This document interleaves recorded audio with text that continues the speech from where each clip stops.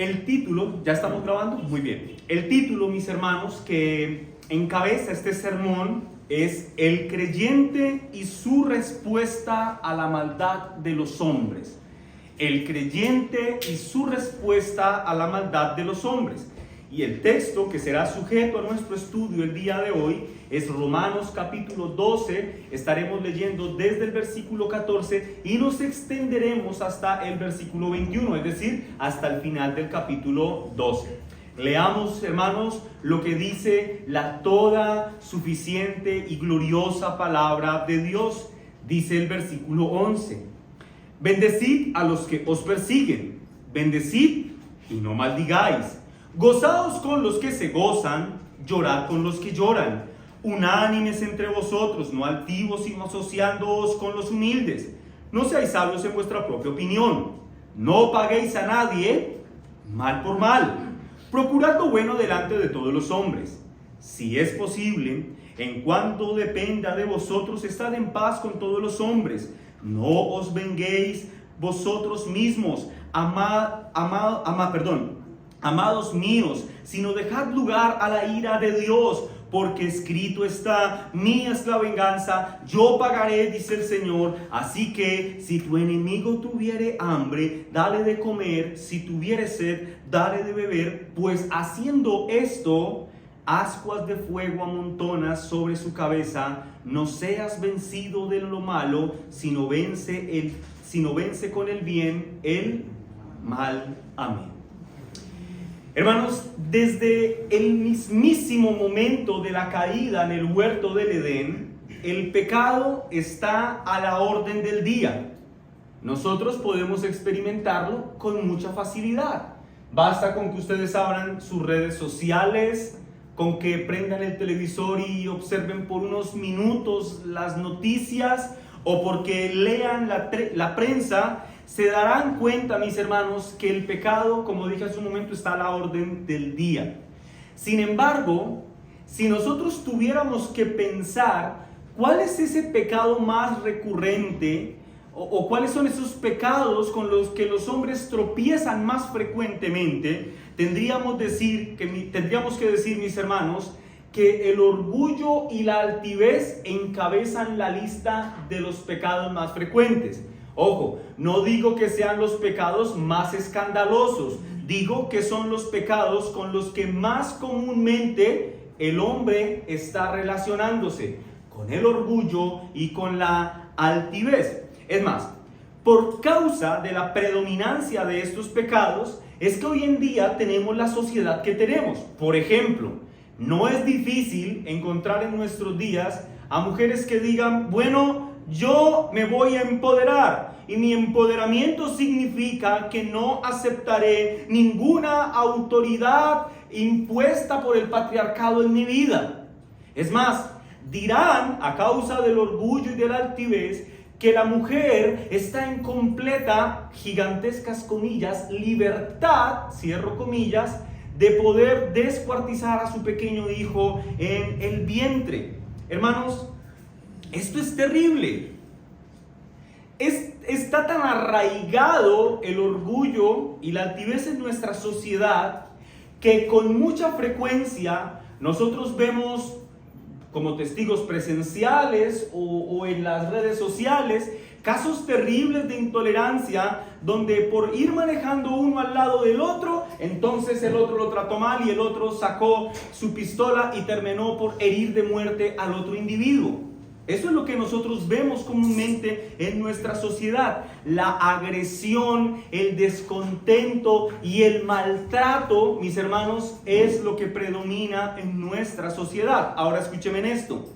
Cuando lo que es predominante en una sociedad es la altivez y es el orgullo, entonces aspectos de relacionamiento como la empatía y la tolerancia y la piedad empiezan a desaparecer. Es más, empiezan a verse como una completa tontería. Ser empático, ser amable, ser respetuoso y ser tolerante en un mundo en el que lo que predomina es la altivez y el orgullo puede parecer cosa de tontos.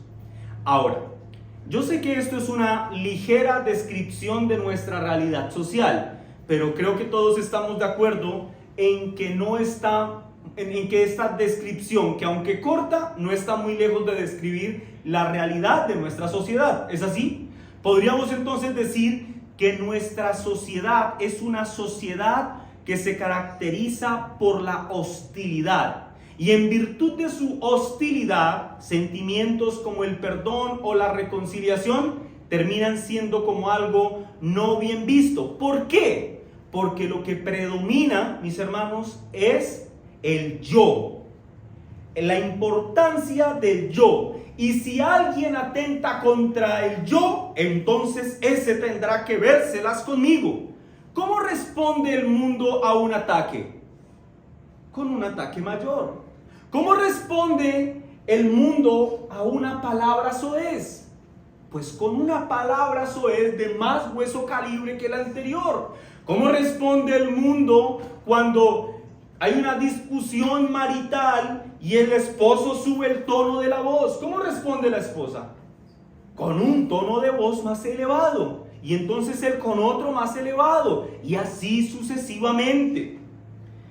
Pero lo que dice este texto, mis hermanos, que estamos leyendo, es que en relación a nosotros los creyentes, no debería ser así. Lo que dice este texto es que un creyente no debe conformarse a la corriente de este mundo, que si es cruel y corrupta, entonces es vengativa. ¿Por qué? Porque está gobernada por la insensatez del orgullo y de la altivez. Lo que dice Dios en este texto para su iglesia es que su iglesia entonces debe diferenciarse del mundo, que su iglesia debe ser de testimonio a todos los hombres del amor que Dios ha tenido hacia ellos a través de una conducta piadosa en la que deje bien parado el nombre de Cristo y el nombre de la iglesia, aún cuando estemos recibiendo ataques que en principio nos parezcan injustificados. Ser bueno, mis hermanos, con quien es bueno conmigo, es algo que no es difícil. Yo puedo ser generoso con quien ha sido generoso conmigo. Yo puedo ser amoroso con quien ha sido amoroso conmigo. En Lucas capítulo 6 el Señor Jesús habló de este tema. Y el Señor Jesús dijo, esto no tiene dificultad alguna, porque aún los incrédulos son buenos con los que son buenos con ellos. Entonces, ¿en qué se diferencian ustedes de ellos? A lo que se nos manda en estos versículos que acabamos de leer, mis hermanos, creo que hay alguien afuera, es a que los creyentes, mis hermanos, seamos tan temerosos del Señor, mis hermanos, que no solamente amemos a los que nos aman y que no solamente demos bendiciones a los que nos bendicen, sino también que tengamos la capacidad de bendecir a aquellos que nos persiguen. Hermanos amados, nada revela más lo que hay en el corazón de una persona como lo que esa persona hace en los momentos de aflicción. Y ahora escúcheme bien. Nada revela más la verdadera piedad cristiana que lo que ese cristiano hace cuando sufre persecución injustificada por la causa de Cristo. Ahora, mis hermanos, para hablar, recuerden que el tema que el apóstol Pablo está tocando aquí es la respuesta que los creyentes tenemos en relación a la maldad de los hombres. Para hablar de la respuesta que debemos dar a la maldad de los hombres, desde el versículo 14 y hasta el versículo 21, según yo puedo observar, el apóstol Pablo por lo menos toca 4 puntos que enseñan cómo un creyente debe responder a la maldad de los hombres. Veamos el primer punto. Voy a mencionarlos todos. El primer punto va del versículo 14 al 16 y el tema que Pablo trata aquí es la reacción general de los creyentes con las personas en general, creyentes y no creyentes. Es decir, cómo como cristiano yo respondo o me relaciono con los no creyentes y cómo me relaciono con los creyentes.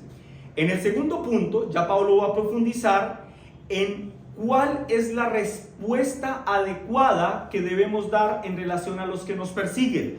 Eso lo dice en el versículo 17 y 18. Luego, en el tercer punto, el apóstol Pablo hablará de que los creyentes debemos confiar en Dios y tener como prioridad el reino de Cristo en medio de la aflicción.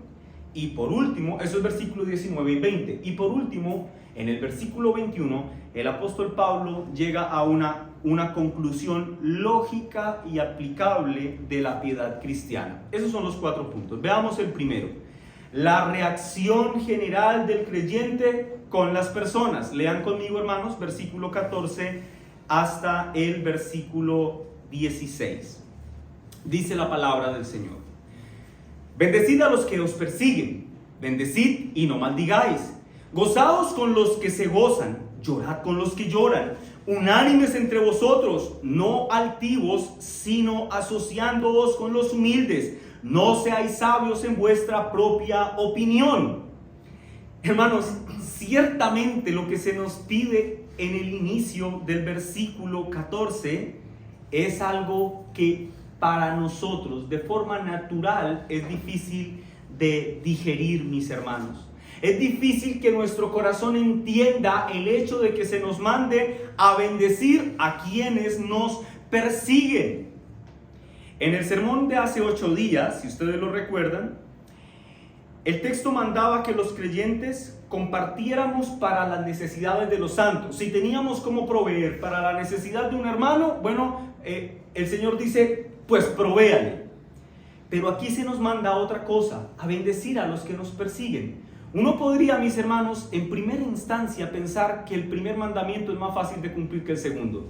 Es más fácil que si yo tengo como, digamos, darle un mercado a mi hermano que está en necesidad, bueno, se lo doy.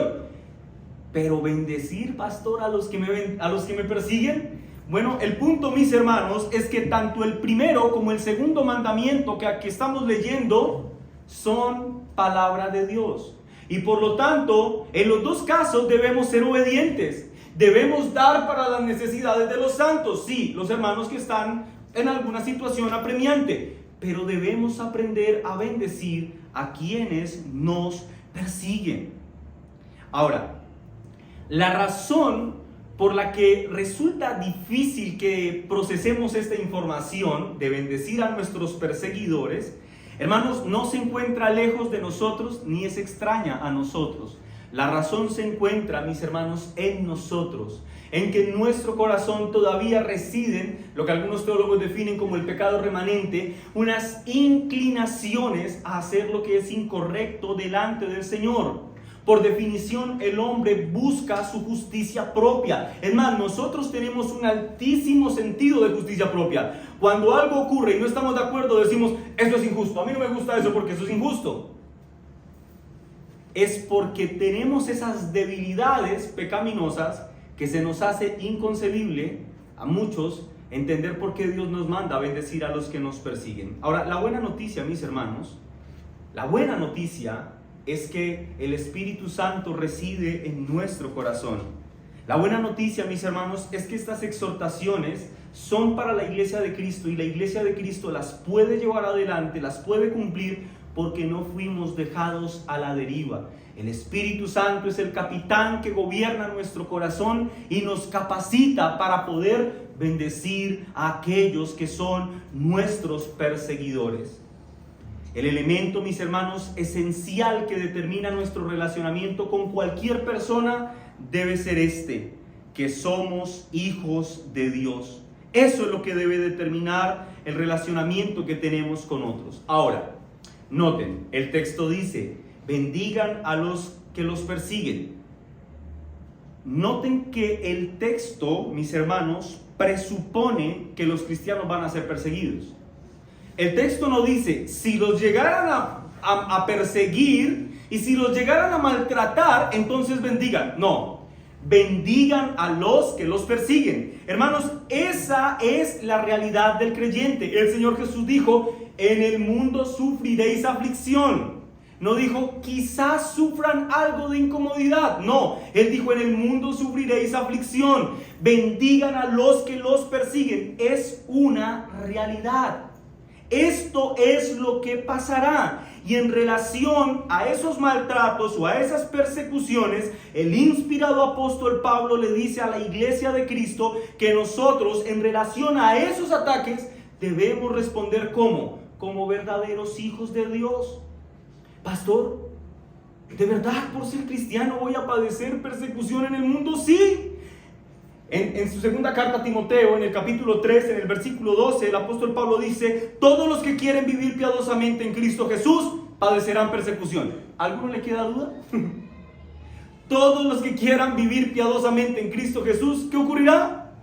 Padecerán persecución. Ahora, ¿por qué esto es tan evidente para el Señor? Pues porque vivimos en un mundo caído que aborrece al Señor y entonces naturalmente aborrece a los que son suyos. Es lo que va a pasar. Esta es nuestra realidad. Pastor, ¿y podemos evitarla? Probablemente. Solo que tendrías que cambiar de bando. No podrías estar más bajo el abrigo del capitán Cristo y tendrías que irte bajo el abrigo lúgubre de Satanás. Entonces no padecerás persecución del mundo, porque ahora serás recibido en su bando. Pero si quieres estar en Cristo y vivir piadosamente para Él, entonces padecerás persecución. No se puede evitar esta realidad si es que se está unido a Cristo. ¿Y qué se nos manda en relación a esa realidad? ¿A que corramos? ¿A que nos escondamos? No, a que tengamos un testimonio piadoso delante de quienes nos persiguen. Alguno podría preguntarse: pastor, pero ¿cómo puedo yo bendecir a alguien que es básicamente la herramienta que Satanás tiene en sus manos para acosarme? ¿Cómo puedo hacer yo eso? ¿Cómo puedo yo tener que sacar de mi tiempo para orar por esta persona que daño me está causando? ¿Cómo puedo hacer esto? Bueno, yo quisiera darte por lo menos dos razones por las cuales deberíamos hacerlo. Dos consideraciones importantes. En primer lugar, ¿por qué deberías orar por quienes te persiguen? ¿Por qué deberías ser clemente y misericordioso con ellos? En primer lugar, si tú recuerdas cómo Dios te trató cuando tú eras un incrédulo, probablemente te sientas motivado a tener un trato misericordioso con quienes te persiguen. Hermanos, las Escrituras enseñan con toda claridad desde que nosotros nacimos, vinimos al mundo, salimos del vientre de nuestra madre, a eso me refiero, no al nuevo nacimiento. Desde que nosotros nacimos, nosotros éramos por naturaleza hijos de la ira, enemigos de Dios. Pero un día, cuenta la Escritura, que nosotros por la gracia del Señor vinimos en arrepentimiento y fe delante de Él. Y entonces fuimos perdonados. Y lejos de ser considerados ahora sus enemigos, las Escrituras nos dicen que ahora somos hechos hijos adoptivos suyos en virtud del sacrificio de Cristo. Ahora pregunto, ¿y por qué ocurre esto? Porque probablemente el Señor vio algo bueno en vos y dijo: mira, es que eres una persona muy buena. ¿Yo cómo no voy a tener este hijo? ¿Cómo me voy a perder de tener a este hijo tan bueno? Desde luego que no. La razón, mis hermanos, por la que esta historia cambió a favor nuestro es porque Dios se mostró amoroso y clemente y paciente cuando todo lo que merecíamos según nuestras acciones era recibir la justicia de Dios y por consecuencia su ira. En otras palabras, Dios, al recordar cómo Dios nos trató cuando nosotros éramos sus enemigos, hermanos, el Señor nos da ejemplo de cómo debemos ser con quienes nos acosan. En Mateo capítulo 18, en el versículo 23 hasta el 35, el Señor Jesús cuenta la historia, probablemente todos la sepan, no tienen que ir allí, hermanos, de un deudor que va ante su Señor y el Señor le perdona la deuda porque le dice: mira, no tengo cómo pagarte. Y él le dice: ¿sabes qué? Te voy a perdonar y me debes mucho, pero te lo voy a perdonar todo, no me debes nada. Luego la historia dice que este hombre sale y se encuentra con un consiervo que le debía significativamente menos. ¿Recuerdan lo que pasa? Y básicamente lo agarró por el cuello y le dice: págame lo que me debes. Y él dice: ten paciencia, no tengo nada con qué pagarte, dame un poco más de tiempo. ¿Y qué hizo este hombre? Dijo: ¿sabes que sí? A mí se me perdonó una gran deuda y te voy a perdonar a ti también. No fue lo que hizo. Lo golpeó, lo echó a la cárcel. ¿Y qué fue lo que ocurrió? Cuando el Señor, que había perdonado la gran deuda, se enteró, lo manda a llamar y le dice: siervo malvado, toda aquella deuda te perdoné porque me rogaste. Y le dice: ¿no deberías tú también tener misericordia de tu consiervo como yo tuve misericordia de ti? Hermanos, lo que se nos ha perdonado es de proporciones inconmensurables. Nosotros habíamos pecado contra la dignidad de un Dios que es santo, santo, santo. Y Él decidió perdonarnos. Cuando tú perseveras en tener un corazón lleno de resentimiento, carente de perdón contra quienes te persiguen, escúchame bien, ahora tú estás pecando contra Dios al no saber perdonar las pequeñas ofensas que se han hecho contra ti. Pastor, pero no son pequeñas. Yo te pregunto, ¿la ofensa que se te hizo es equiparable con la ofensa que tú hiciste a la honra de Cristo cuando te rebelaste contra Él con el puño elevado hacia el cielo? En lo absoluto. Entonces, en primer lugar, ¿cómo podemos ser piadosos con quienes nos persiguen? Bueno, recordemos cómo el Señor nos trató cuando éramos incrédulos. Y en segundo lugar, la segunda consideración es que recordemos quiénes son los que nos acosan. Miremos el cuadro desde una perspectiva más amplia y meditemos en el hecho de por qué ellos actúan como actúan. Es decir, ¿por qué ese impío me trata como me trata? ¿Es porque sencillamente le caigo mal? Debemos ir un poco más allá. Escuchen esto, hermanos. Las Escrituras dicen en relación a los incrédulos que ellos están muertos en delitos y pecados, que son ciegos, que son sordos, que son ignorantes a la verdad, que son esclavos del diablo. Su condición, mis hermanos, es penosa. La condición de un incrédulo es una condición terrible. Es un esclavo de Satanás y por tanto no puede actuar de una forma diferente. ¿Por qué? Porque está controlado por la corrupción interna que predomina en su corazón, pero también está doblegado por el peso del yugo de Satanás que tiene sobre él. Hermanos amados, pensar en los términos que definen la realidad espiritual de los incrédulos hará que sintamos por ellos misericordia. Tú y yo fuimos rescatados de las tinieblas, pero ellos aún no. Son títeres del diablo y bailan al ritmo que el diablo les haga bailar.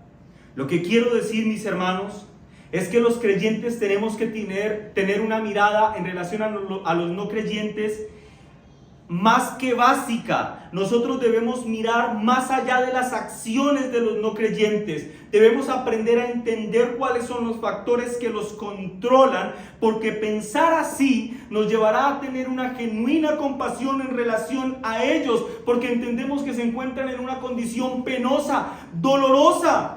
Mis hermanos, esto debería llevarnos a desear la salvación de ese incrédulo, por más que nos atormente. Deberíamos anhelar que él fuera librado de las garras del maligno. Entender que es una marioneta de Satanás debería impulsarnos a orar por ellos para que el Señor los bendiga con ojos abiertos que puedan contemplar la grandeza de Cristo.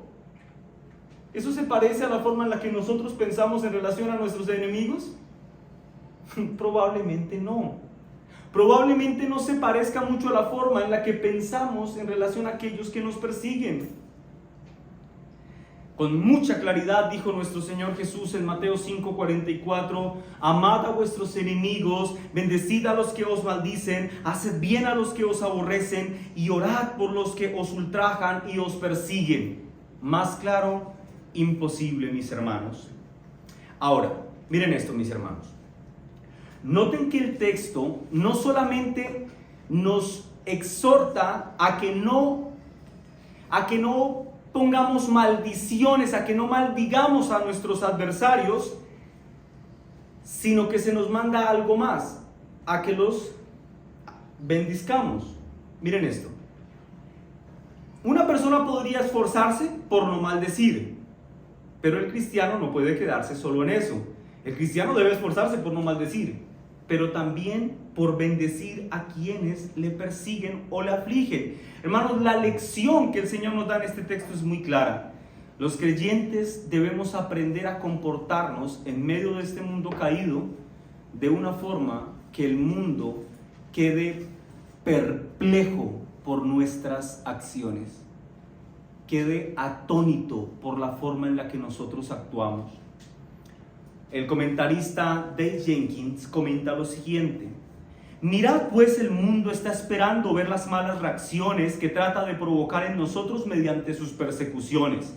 Cuando no las ve, más bien su vista se llena de una actitud de gracia y de perdón por nuestra parte. Lo deja totalmente atónito. Y el Señor, escuchen esto, hermanos, y el Señor puede usar esto para salvar sus almas, su actitud de bendición. Si usted ha hecho esto, ha funcionado muy bien. El Señor, mis hermanos, puede utilizar tu trato piadoso con quien no lo merece como un instrumento para salvarlo. Ahora, noten que el título de este punto es la actitud general de los creyentes con las personas. Pero hasta este punto solamente hemos hablado de los perseguidores, de quienes nos ultrajan. Pero luego de informarnos sobre cuál es nuestra actitud con nuestros perseguidores, en este mismo punto el apóstol Pablo hace referencia a cuál debe ser nuestra actitud o la forma en la que nos debemos relacionar con nuestros hermanos en la fe. Y es bien interesante que nos dice cómo debemos relacionarnos con los hermanos que se encuentran en los extremos emocionales. ¿Cómo debes relacionarte con el que está gozoso y cómo debes relacionarte con el que está triste? Versículo 15 y 16, hermanos. Dice: gozaos con los que se gozan, llorad con los que lloran, unánimes entre vosotros, no altivos, sino asociándoos con los humildes, no seáis sabios en vuestra propia opinión. Ahora, quiero que noten lo siguiente, hermanos. Este texto que acabamos de leer es un mandato para creyentes con creyentes. Lo digo por varias cosas. Primero, piénsenlo así. Cuando a una persona le empieza a ir bien, digamos en un negocio, empieza a prosperar, resulta que el hombre dijo: mira, voy a empezar a vender camisas, y todo el mundo le dijo: ese es un negocio terrible, todo el mundo vende camisas, no vas a prosperar. Y al cabo de unos meses, este hombre se volvió en el jeque de la venta de camisas y es muy próspero. ¿Cuál es la reacción del mundo hacia la prosperidad de ese individuo? ¿Alegría? Así es, mi hermano. Envidia. Esa es la reacción natural del mundo. Por esa razón digo que este es un mandamiento para creyentes y con creyentes. En ese sentido, el creyente, cuando ve, por ejemplo, a un hermano prosperar, ¿qué siente? Gozo, alegría, porque su hermano está prosperando. Pero también digo que es un mandamiento para creyentes con creyentes, mis hermanos, porque sería imposible que la Biblia nos mandara a gozarnos en el gozo que puede experimentar un no creyente. Lo voy a explicar de esta forma. Piensen en un impío que tiene su hogar y le es infiel a su esposa, y estuvo a puntito de que la esposa lo descubriera, y no lo descubrieron. Así que él llega feliz y le cuenta a usted en la oficina: mira, estoy feliz, contentísimo, porque casi me pillan, pero finalmente no me pillaron, entonces puedo seguir con mis andanzas. Estoy muy gozoso por esto. ¿Creen ustedes que el Señor nos está mandando a que estemos gozosos con estas cosas? Desde luego que no. El punto aquí es que nos gozamos con creyentes y nos entristecemos con creyentes. Ahora, cuando habla de gozarnos en el gozo de nuestros hermanos, hace referencia a que de todo corazón sentimos felicidad, mis hermanos, en la felicidad de ellos. Y esto es posible, ¿por qué? Porque nosotros pertenecemos a un mismo cuerpo. Lo que le pasa a mi hermano en la fe, también me está pasando a mí. Y en esa misma línea de pensamiento, el apóstol Pablo dice que debemos llorar con los que lloran. ¿Por qué debemos hacer esto? Por la misma razón, porque somos un cuerpo. Cuando un miembro del cuerpo sufre aflicción, el resto del cuerpo sufre con él. Piénsenlo así. Piensen en una familia natural, no creyentes, una familia natural pero que sea muy amorosa. Cuando un miembro de esa familia natural, pero que es muy amorosa, sufre una desgracia, ¿qué pasa con todos los demás? Se afectan, sufren. Bueno, mis hermanos, pues la familia espiritual es infinitamente más gloriosa y perfecta que el vínculo sanguíneo. Cuando la familia espiritual ve que uno de sus miembros sufre, mis hermanos, la familia sufre. Cuando un miembro se alegra, el corazón de sus hermanos también se llena de alegría. Es por eso, mis hermanos, que cuando un hermano en la fe dice, logré un ascenso en mi trabajo, toda la iglesia celebra. Tengo más ventas este mes, toda la iglesia celebra. Pero cuando el diagnóstico médico es contrario a la salud de ese hermano o hermana, toda la iglesia se entristece. Hace poco recibí la noticia de una pareja de hermanos en la fe a quienes yo presencialmente no conozco, y pedía que oráramos por ellos. Estaban esperando un bebé, ya sabían el sexo del bebé y todo, o sea, ya estaba grande, y el bebé murió en el vientre. Hermanos, mi corazón se llenó de mucha tristeza al saber que habían hermanos pasando por un dolor tan grande. Esto por poner un ejemplo de cómo cuando una parte del cuerpo de Cristo se duele, el resto también. Ahora, quiero que noten lo siguiente, hermanos. Todo lo dicho hasta este punto en relación a la forma en la que los creyentes tratamos a las otras personas, a los creyentes y a los que son nuestros adversarios, todos estos puntos conducen a un solo lugar. ¿Cuál debe ser nuestra actitud con creyentes y no creyentes? Ser piadosos. En otras palabras, mis hermanos, la exhortación que se nos hace en este texto es a que ya sea que nos relacionemos con creyentes o ya sea que nos relacionemos con no creyentes, bueno, en cualquier caso, nuestro cristianismo debe ser genuino. Nuestro cristianismo debe estar libre de hipocresía. Debemos amar de todo corazón a nuestros hermanos, pero también debemos dar testimonio de fe y de piedad a los incrédulos que nos persiguen. Ese es el punto del apóstol.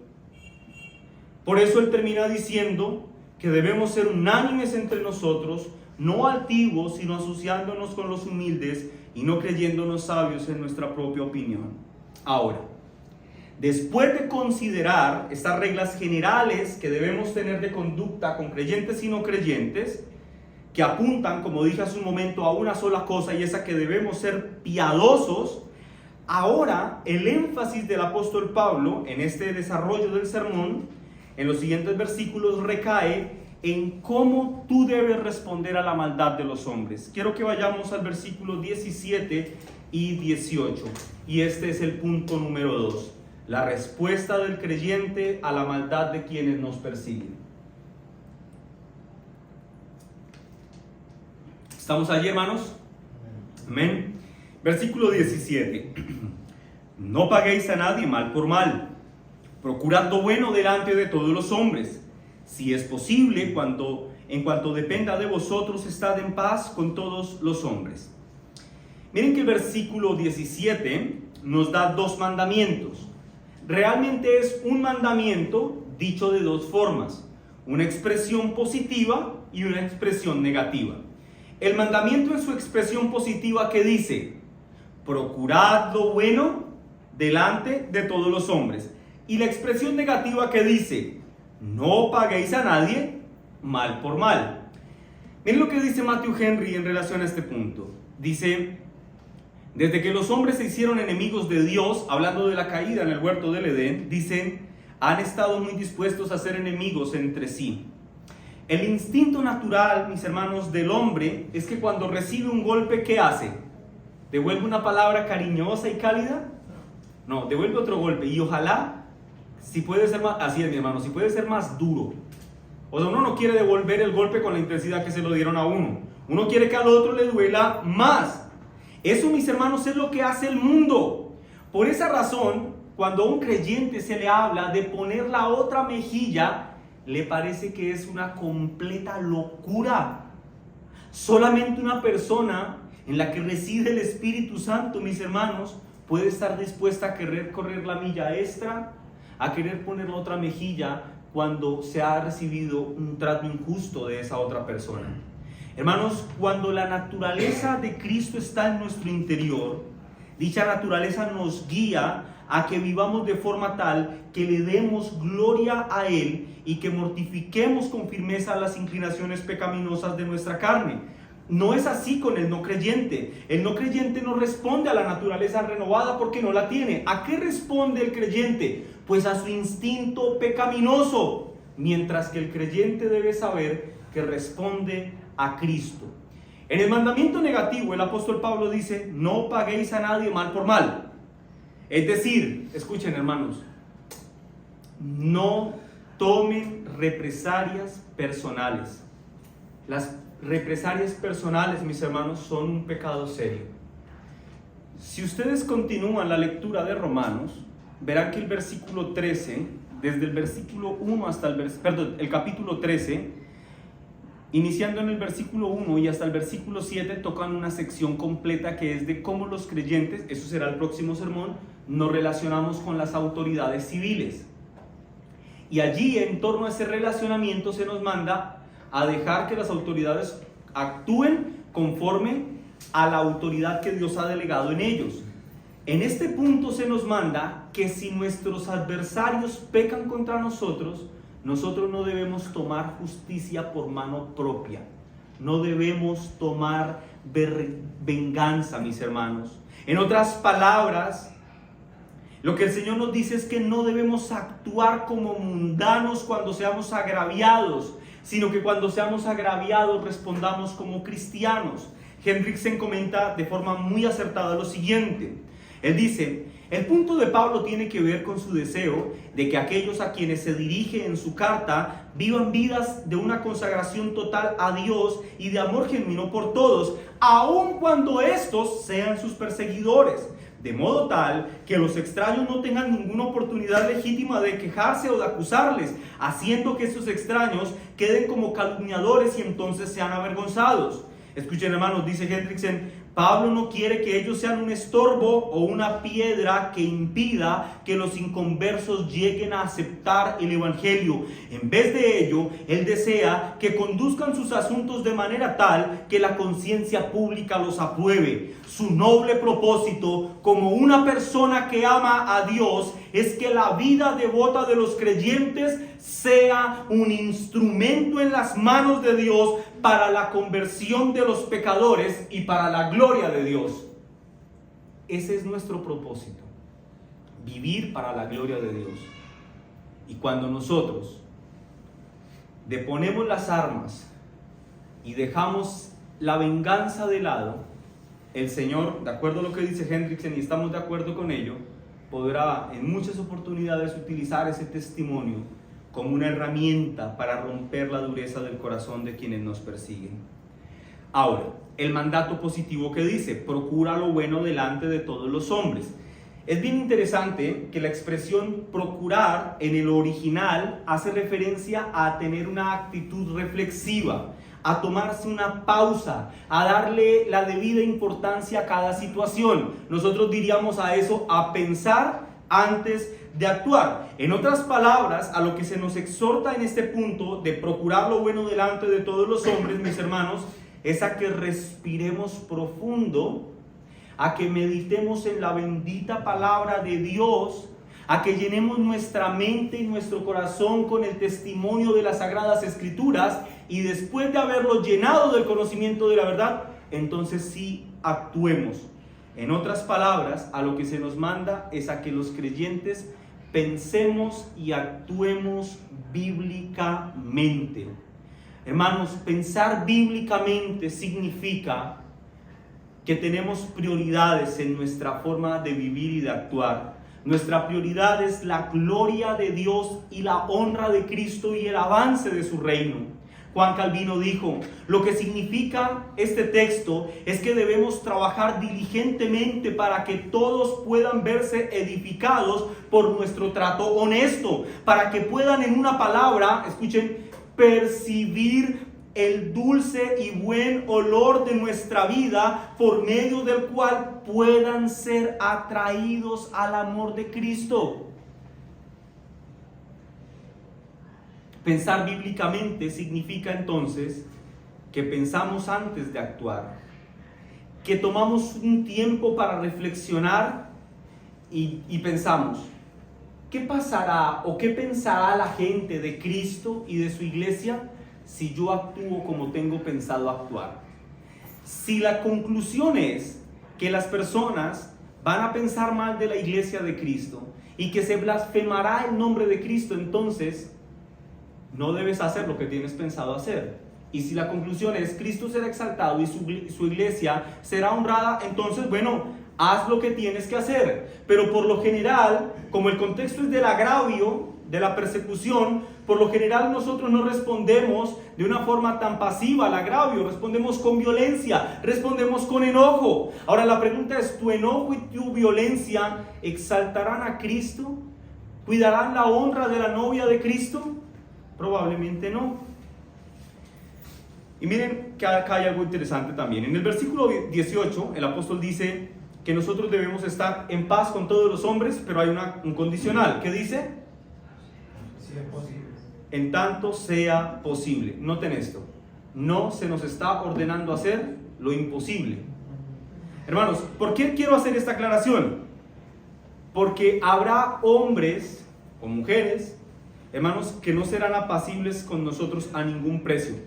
No importa usted cuántas veces pida perdón, no importa usted cuántas veces quiera tener cercanía, probablemente esa persona nunca va a querer estar en paz con ustedes. ¿Nosotros qué debemos hacer? Si depende de nosotros, procurar estar en paz.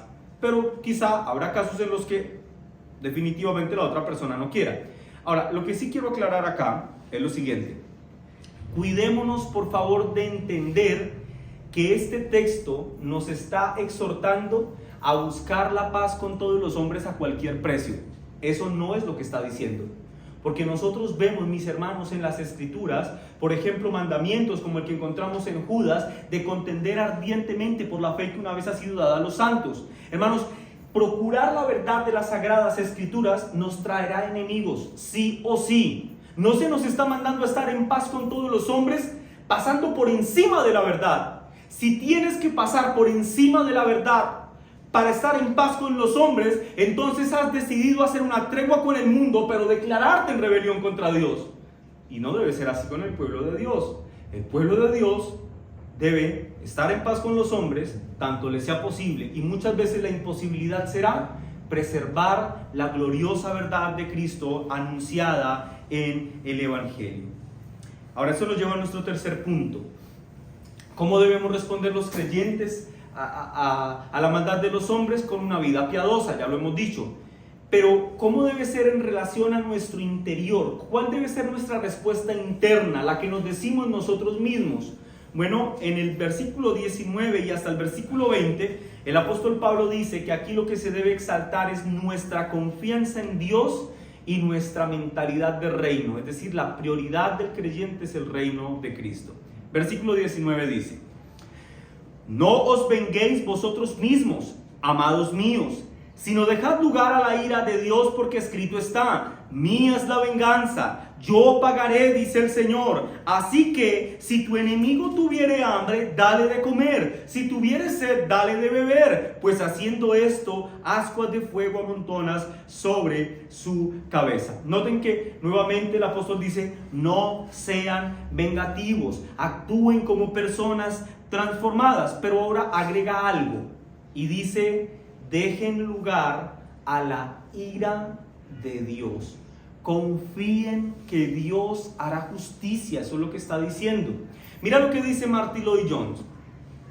A lo que se nos manda aquí es a retirarnos del cuadro, a dar un paso atrás en el escenario de esta batalla, a que no nos impliquemos personalmente, a que dejemos un espacio grande para que Dios intervenga y su venganza sea una realidad. Y eso es bueno y correcto, porque la venganza le pertenece a Él, dice Martyn Lloyd-Jones. Ahora, escuchen esto, hermanos. Aquí quiero, porque esto es bien entendible, o sea, es confiar en Dios y dejar que Dios actúe y que haga su justicia. Esto es entendible. Pero lo que quiero es dar una aclaración importante con la que sé que muchos pueden sentirse tentados a tropezar.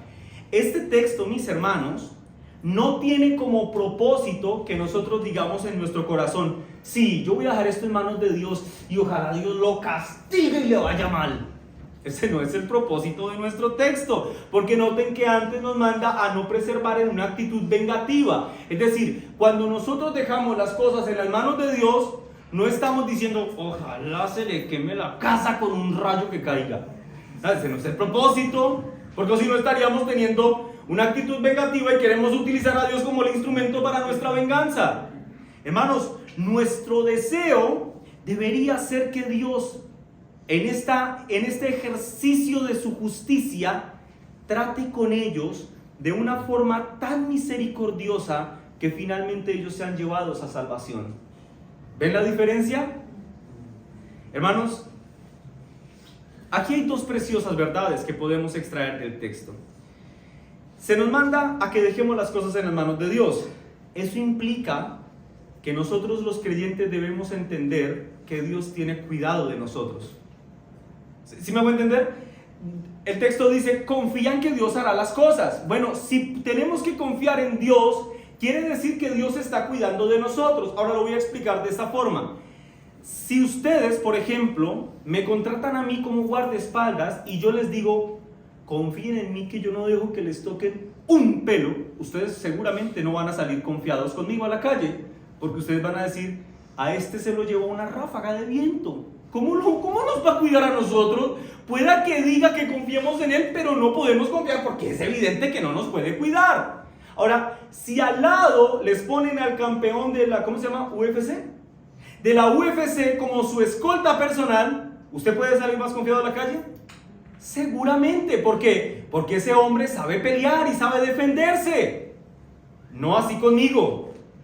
Ahora el texto dice lo siguiente: Cristo, el gran campeón, el bendito y eterno Rey, cuida de nosotros. Y como eso es cierto, entonces los creyentes, ¿qué hacemos? Estamos confiados en que Él hará. En segundo lugar, la piedad cristiana general a la que se nos exhorta en este texto, mis hermanos, debe hacer o debe producir en nosotros un efecto, y es que debemos tener mentalidad de reino celestial en nuestra mente. Cristianos, el reino de Cristo nunca se puede salir de vuestros corazones.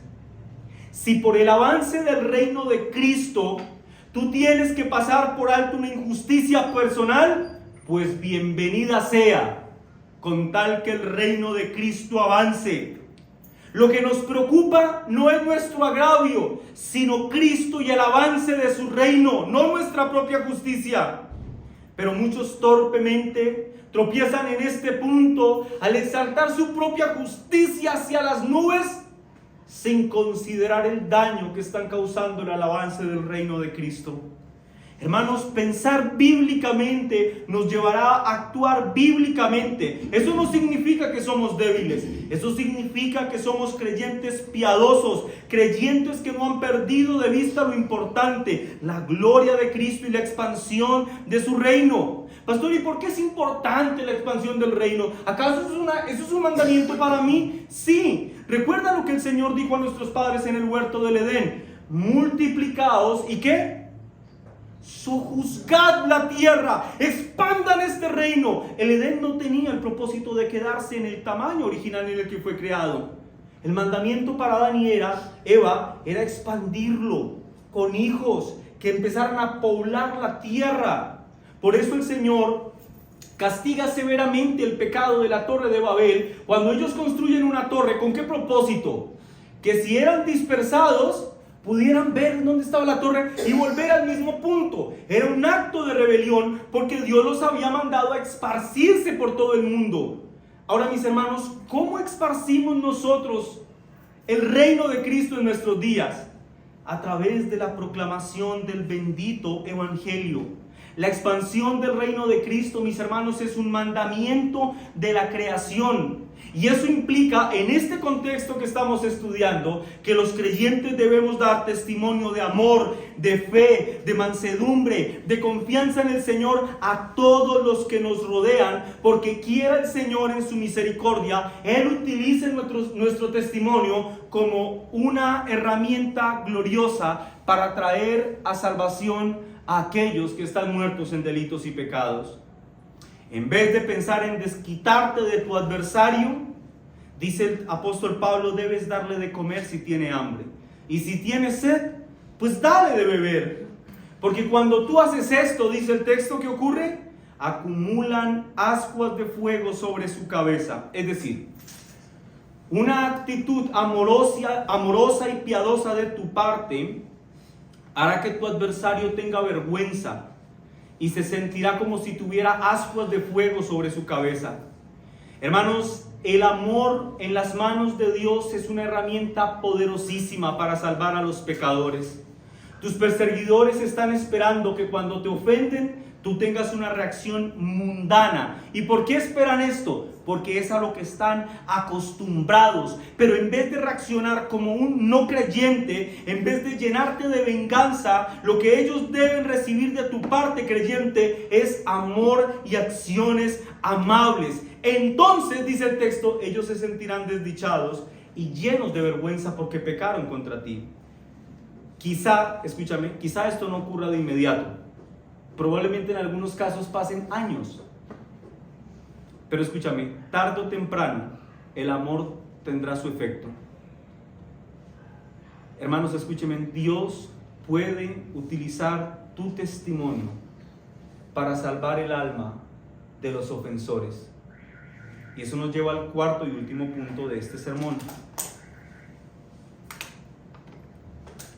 Una conclusión lógica y aplicable de la piedad cristiana. Versículo 21.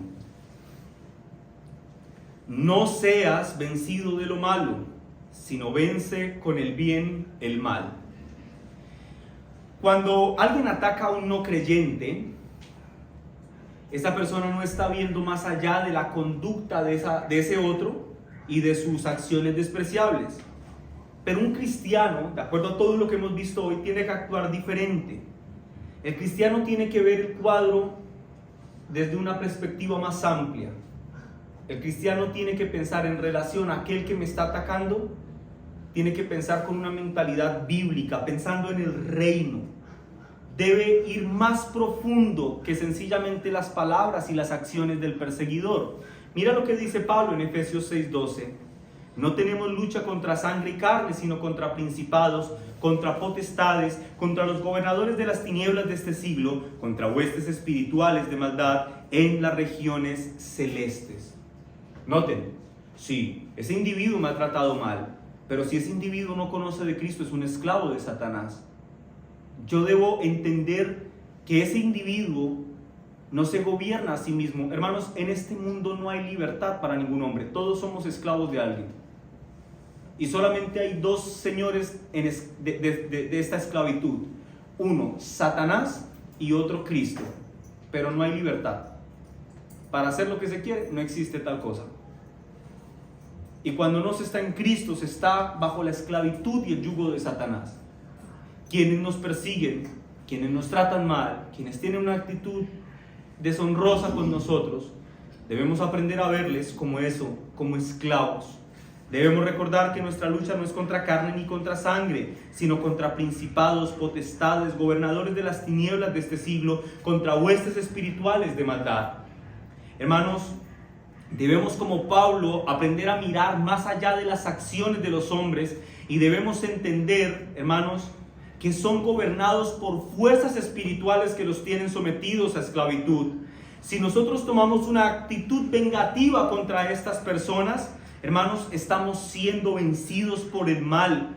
Debemos recordar que nuestro enemigo es el diablo y que aquellos que él usa como marioneta, mis hermanos, están en tanta necesidad de Cristo como un día lo estuviste tú y yo. Si ellos no se arrepienten, ¿sabes lo que va a pasar con ellos? ¿Sabe lo que va a pasar con ese que lo ha acosado a usted, pero que es un incrédulo? ¿Sabe lo que va a pasar con ese individuo si no se arrepiente? Él va a ir de fijo al infierno. Por esa razón debemos vencer el mal con el bien. Debemos orar por los que nos persiguen. Debemos dar buen testimonio de nuestra fe en Cristo. Debemos proclamar la gracia de Cristo expresada en su evangelio. Debemos aún invitar a la iglesia a aquel que nos trata con displicencia y desagrado, porque él está en necesidad de Cristo. Pero pastor, es que es mi enemigo y me cae mal. ¿Y qué importa eso? ¿A quién le importa eso?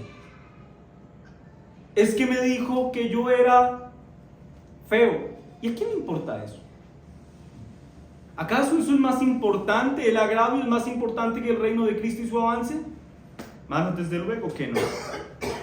Iglesia amada, fuimos llamados a portarnos de una forma diferente. Los creyentes debemos responder con piedad cristiana, porque si así lo hacemos, el mal que reside en la otra persona podría transformarse gracias a nuestro amor. Hermanos, el Señor puede utilizar nuestra piedad para abrir los ojos de los pecadores a la inconmensurable gracia de Cristo.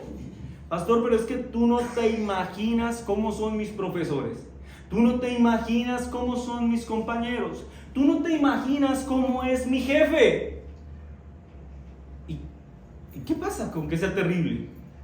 Pues eso demuestra que está en necesidad de Cristo. Por esa razón tú debes tener una prioridad, el avance del reino de Cristo. Si él es una mala persona, si es deshonesto, si es grosero, si es vulgar, bueno, todo eso da evidencia de que es una gran marioneta de Satanás. ¿Y qué necesita ese hombre? ¿Tu venganza? ¿Tu desprecio? Necesita a Cristo. Y probablemente el Señor utilice tu piedad cristiana como la llave que abra la puerta para que Él entre a gozarse de las mieles de la gracia de Cristo Jesús. Hermanos amados, cuando se nos mida en relación a la conducta que tenemos con nuestros adversarios, los creyentes debemos siempre dar positivo por encima de la maldad del diablo. Si eso no es así, estamos fracasando como creyentes. Nota lo que dice Salomón en los Proverbios, capítulo 16, versículo 32. Mejor es el que tarda en airarse que el fuerte, el que se enseñorea de su espíritu que el que toma una ciudad. Tienes que hacer una pausa, tienes que pensar bíblicamente y luego actuar. Oh mis hermanos amados, roguemos al Señor para que nunca se aleje de nuestra mente esta realidad, que tú y yo somos embajadores de Cristo en medio de este mundo caído. Tus acciones traerán honra a Cristo o blasfemias contra su nombre. Tú decides. Recuerda que cada victoria que tú tengas contra el mundo exaltará el Evangelio, pero cada derrota lo ensuciará con sucio lodo. Iglesia amada, que el Señor nos ayude a serle fieles en esta batalla, que nos ayude a ver el cuadro más amplio y que procuremos la gloria de Cristo y el avance de su reino. Amén. Vamos a orar, hermanos. Padre nuestro que estás en los cielos,